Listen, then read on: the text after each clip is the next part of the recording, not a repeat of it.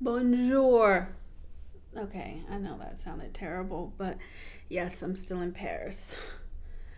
Drinking tea. So, hi, this is Krista David. Do I have any? Nope, no lipstick on my teeth that I can see. Let's take a deep breath. Second video. Perhaps I will return to YouTube. You'll know what I mean if you saw my video from last time. But anyway, I'm still in Paris, and I was just sitting here thinking about all the things I'm trying to accomplish right now in my life, and how I have to tell myself that I have enough time for everything, even though it feels like I don't have enough time. So, what is on my plate? Well, as you know from my last video or channel, I bought a house a year ago. I am slowly renovating it and trying to get it to a place where it probably won't ever be finished, but you know how you just want to be relaxed. You want to come into your home, you want it to like smell wonderful, feel wonderful, got your nice things all around. So I'm working on my house. I own and run a consulting firm, public health consulting firm, and have recently decided to pivot this firm to become a tech-enabled startup. More about that later. So I still have to keep my client work going because that is helping me bootstrap the tech-enabled portion of the business.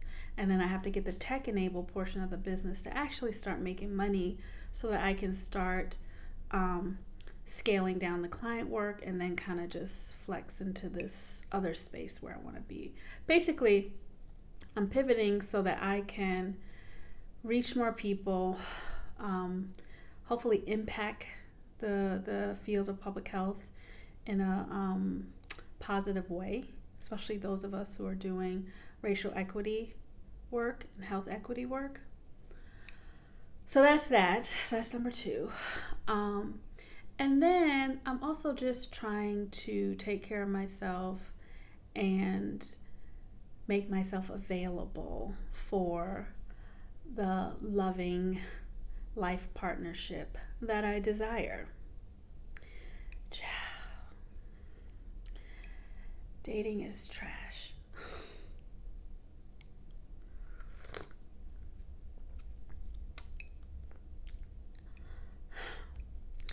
So those are the main three focus areas of my life right now. And then on top of that, trying to be a good friend, trying to be a good sister, trying to be a good, mother, trying to, all those other things to wrap around it. But those are my three things that I'm constantly thinking about. I'm thinking about, gotta work on my house, gotta grow this business, would love to be married. I just think it would be so much fun for me and for my husband.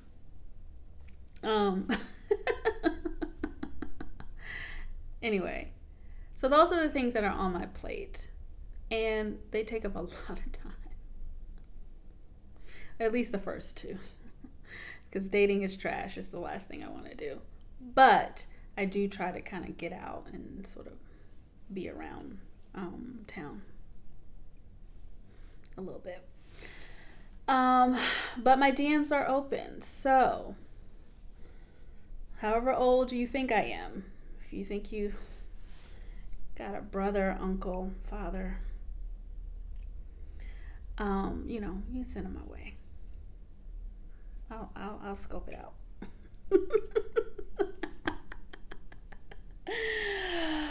I have no idea what this video is about, except to talk a little bit about my different parts, just so that you have some context for all the many things that I'll share in the coming weeks. So there'll be videos where we will talk about startup stuff and like how to start up a startup. I don't know. I'm figuring it out. Renovating a house for folks who have never lived in houses before or owned one or really, had parents who owned homes. So I'm figuring it out. I have no idea. Thank God for the internet and for like Googling and like my friends and family. Every time something goes wrong, I'm like, what is this? Like right now, at my house, right now, I need to figure out what I'm supposed to do to clean the dishwasher. I just feel like at this point, it needs to be cleaned, and I don't know how to do that. Also, I have this fancy washer dryer, and I'm like, at some point, don't I need to clean out the vents and stuff? I have no idea what schedule I'm supposed to do that on. So I have to figure that out. So it's stuff like that on the house front. And then on the startup front, stuff that I need to figure out is I'm working on my MVP. I need to push that out. Just suck up all the fear and just push it out and see what happens.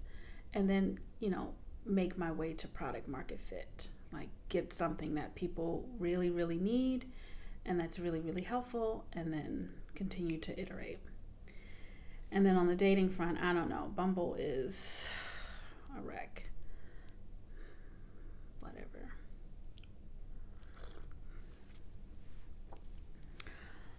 Like I said, I have no idea what this video is about. I have no idea. I am having a wonderful time in Paris, though. Oh, yeah. So let me tell you about that. You want to hear about that? I'll tell you about that since, this is one of those random chitty chats. You know the videos, the chitty chat videos. So I got to... Oh, wait a minute. Actually, I only told you about 3 parts. It's actually 4 parts of my life. House, startup and consulting firm, personal life, like your girl wants a husband. And then 4 is my art career. Like I'm a whole professional artist. I forgot to tell you that. Maybe you already knew that, but that's why I'm in Paris, actually. That's so bad that I did not put that as number 1, because that is like my number 1 priority. Anyway, that's why I'm in Europe. So I had an art exhibition at a art fair in Amsterdam about a week and a half ago. And normally I would not go to the art fair because I don't need to be there. The gallery's there. They have my work. But I just took it as an opportunity of, like, I've never been to Amsterdam. This would be really cool. They only took 3 artists to the fair, so that means, I got a good amount of wall space. So there was quite a bit of pieces there. And it's just an opportunity to visit a new city. And then I said, well, if I'm going to go to Amsterdam, then I might as well go to the Biennale in Venice, because it's almost done. So, and I've never gone to a Venice Biennale. So I said, okay, let's pop over to Venice. And then I was like, well, if I'm going to be in Venice, then I got to get back to Paris. You see what happened? And then I just started buying all these plane tickets. But, so I was in Amsterdam for the art exhibition. I feel like that went well. I don't know whether pieces got acquired. I have no idea. I try not to think about that, and I just let the gallery do what they do. And then hopefully I'll get a check before the end of the year so that I can continue to demonstrate to the United States government that I am actually running an art business. And it's not a hobby. Then I went to the Venice Biennale, and that was so wonderful. If you want to see my travels, I made highlights in my Instagram, in my art Instagram, kristadavid.art. kristadavid.art.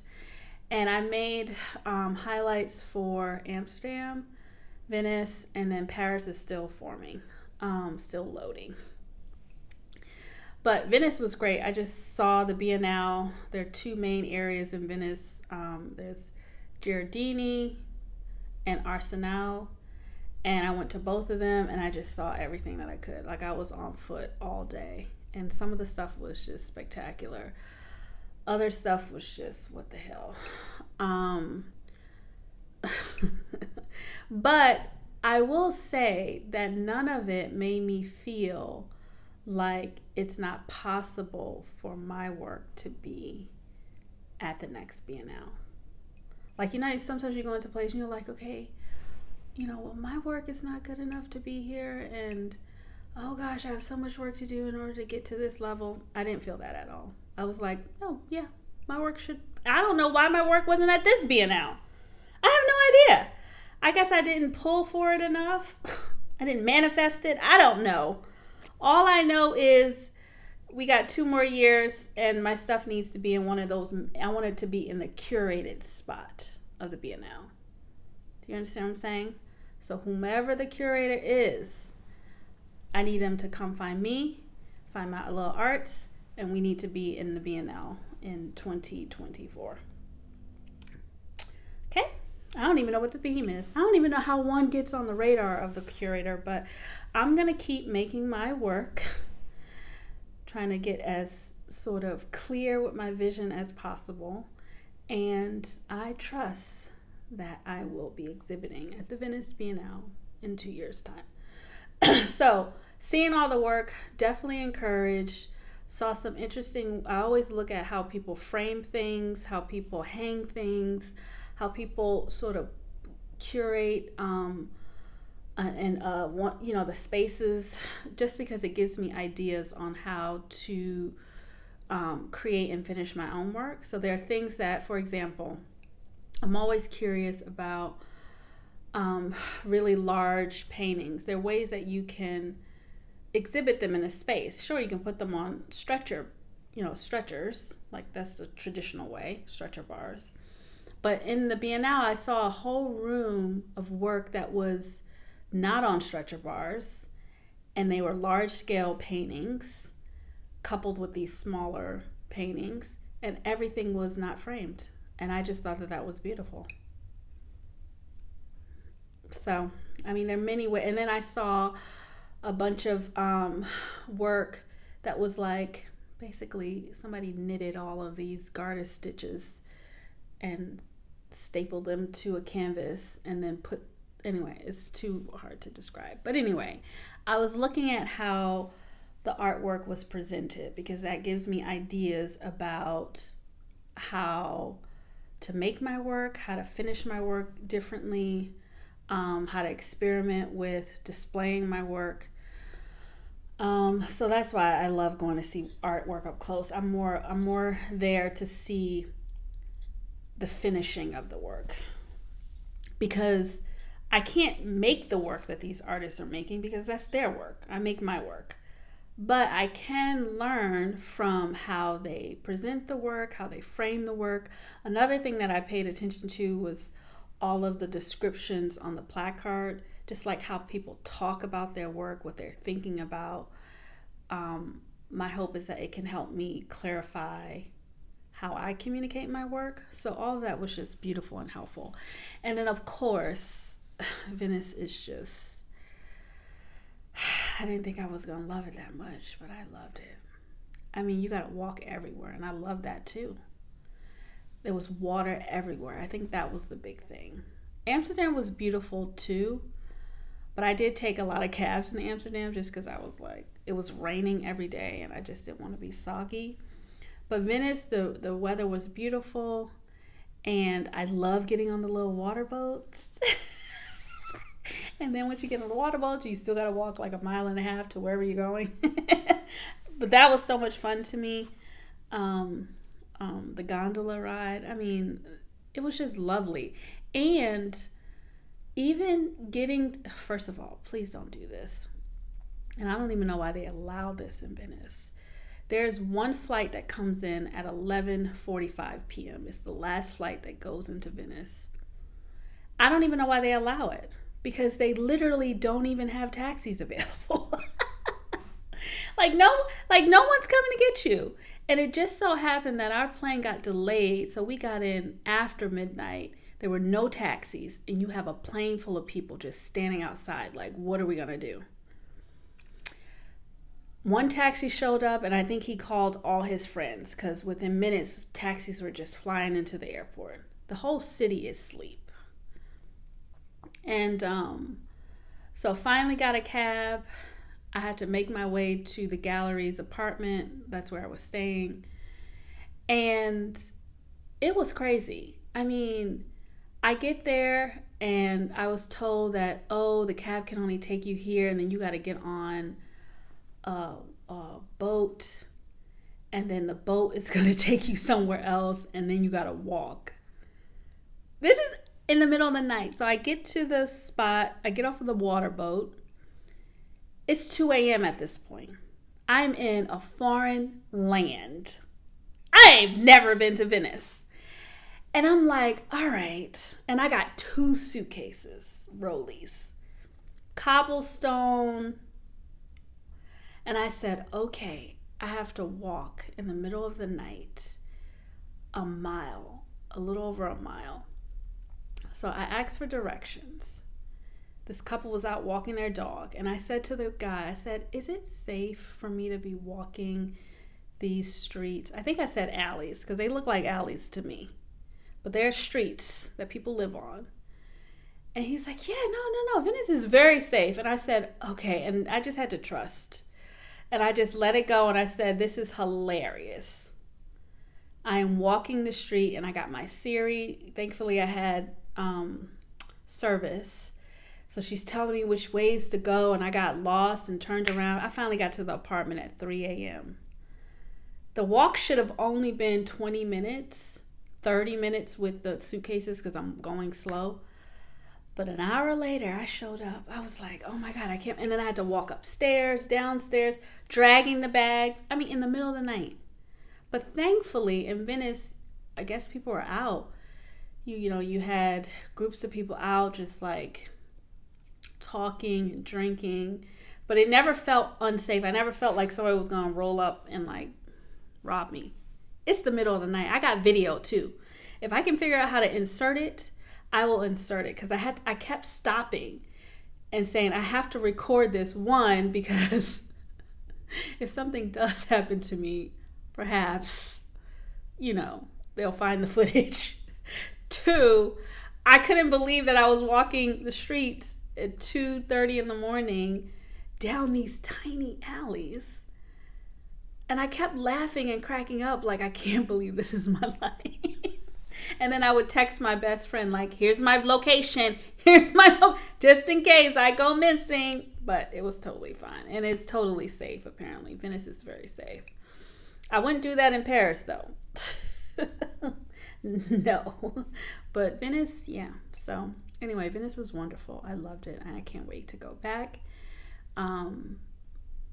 I can't wait to go back. It was just such a beautiful place to be at that time of year.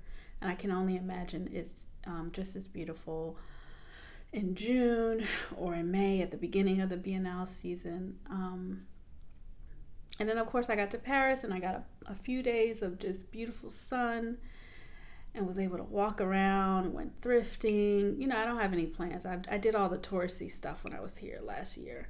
So I have no desire to do that. I do want to see the Eiffel Tower twinkle at night, which I didn't see when I first got here last year. So the rain has stopped. And so I think I'm going to have dinner out tonight and then go see the Eiffel Tower, just sit by it and get that checked off my list. But other than that, I'm just here to be here. I just love walking around the neighborhoods. And I've been all over Paris this time, like all over them. First time I was here, I was in the 3rd and 4th arrondissement and the 19th. And of course the 7th, that's where all the museums are. This time I was in the 9th, I was in the 10th, I was in the hood. That's okay. I'm from the hood, so, I respect people's hoods. I don't have no problems. I know how to mind my business. I know how to stay safe. I know how to stay alive. I am from Harlem. So this time was really nice. And one of the things that I've sort of picked up from each of the cities is just looking at how just people live and how people sort of beautify their surroundings with what they have. So, for example, in Amsterdam and in Venice, and even here in Paris, people are, I kept seeing, especially in Amsterdam, that's when I first saw it, but definitely in Venice also, all of these potted plants in front of their buildings or in front of trees that are in front of their buildings or along the canal. I was just like, who is taking care of these potted plants? And my guess is like it's a community project, right? It's just so normal to have potted plants in front of your building or the trees in front of your building or whatever the case may be, and you take care of them. And it got me thinking about my own house and how I've been so like, one, I've been dealing with this whole thing of like, I don't want to break my house, or I don't want to do something and put on all this effort and then I have to rip it out because I didn't do it right, or I didn't pay attention to, I don't know, the way the land slopes or whatever the case may be. So what it has inspired me to do when I get back home is like, girl, go get you some pots and just put a bunch of potted plants around your house. Like, you don't have to wait until you figure out whether or not your property is graded correctly, or whether or not, you know, how to put in a retaining wall, or what. You don't have to think about all that. Just get some pots, the big ones, find them at the Goodwill or Craigslist, Facebook Marketplace, and put some plants around and make things just, it doesn't have to be so well manicured and perfect. I think that was the point. A lot of times, especially on the internet, I watch a lot of home reno content on Instagram in particular. And some of that stuff will have you going nuts because it's too perfect. And you're like, how in the world are you paying for this? Because every time I go to the Home Depot, this shit is expensive. Like, how? How? And how do you know how to build that? Like, what? And I just get so caught up, and I realize that, one, I'm not them. They are not me. They have their skills. I have my skills. They have their resources. I have my resources. And I have to remember what's important to me in my life, in the life that I'm making for myself, in my home. And I can't consume too much of that content because it starts to make you feel bad. And then it starts to make you want things that you're like, I don't even want that. I do not want a cream colored, stripped down, so minimal. I don't want that. I don't want that. I like my things. Or, you know, I actually like the fussy, the lived in spaces of, like, you know, you see the folks who live in the English country side or whatever. Like, I just like lived in spaces. I also like clean, organized spaces.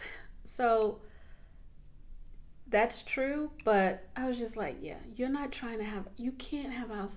That house has 12-foot ceilings. You have 8. Work with what you got, Krista. So that's what I have been reminded of as I've been traveling in Europe, and just sort of like, lived in spaces are the best. And that's what I'm aiming for. Just something that's comfortable, that reflects my personality, that has all of my things that I love. Oh, I left the window open. We got a little mosquito in here. But yeah, so that was something that I picked up early on in my trip, this idea of just beautifying your space. And it does not have to be so polished. Like, that is ridiculous. That is for the magazines. That is not real life. It's just not real life. Or, I mean, maybe, I mean, if that's what you want, go get it. I'm not going to tell you can't have that. I'm just saying that I got to be mindful about what I want.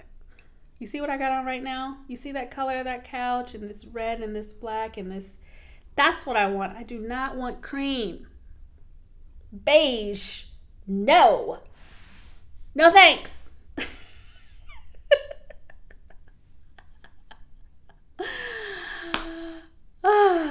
Anyway, I have no idea what this video is about. I felt like that was the theme of our last video, right? I try. I'm just, in Paris and I have some time on my hands. And I figure I would make another video. So anyway, you can subscribe if you want. No pressure. No one's getting paid here. I'm not. I haven't figured out how to get paid. I don't know how people get paid on YouTube. But that's not why I'm here. I mean, I would love some free house things now. I know people are like, don't send me products, send me money. I would actually take some product. I would take some throw pillows, some linen sheets. I would take that stuff. Then I don't have to spend my money for it. I mean, I can say that only because I have other jobs, right? But you can tag some brands down there that you think I should have in my home. I mean, I got a whole house. I have no furniture. I have nothing. I mean, that's not true. I have a few things, but I need couches and stuff. Anyway, I would love for Velux to say, "Hey, we'll put in those skylights for you for free." I would do a whole video series on them. I would edit those videos for some free skylights. Yes, I would. Anyway, okay, it's time to hit these Parisian streets because I gotta go see the Eiffel Tower light up tonight, and I need to figure out where I'm having dinner. Okay, until next video, you can find me mainly on Instagram, KristaDavid.art, and I'm usually also on my Insta stories. And if you want to hear about my home things, Home with Krista David. Both of those are on IG. Okay? All right, until next time. How did they say goodbye? Au revoir? I'm working on it.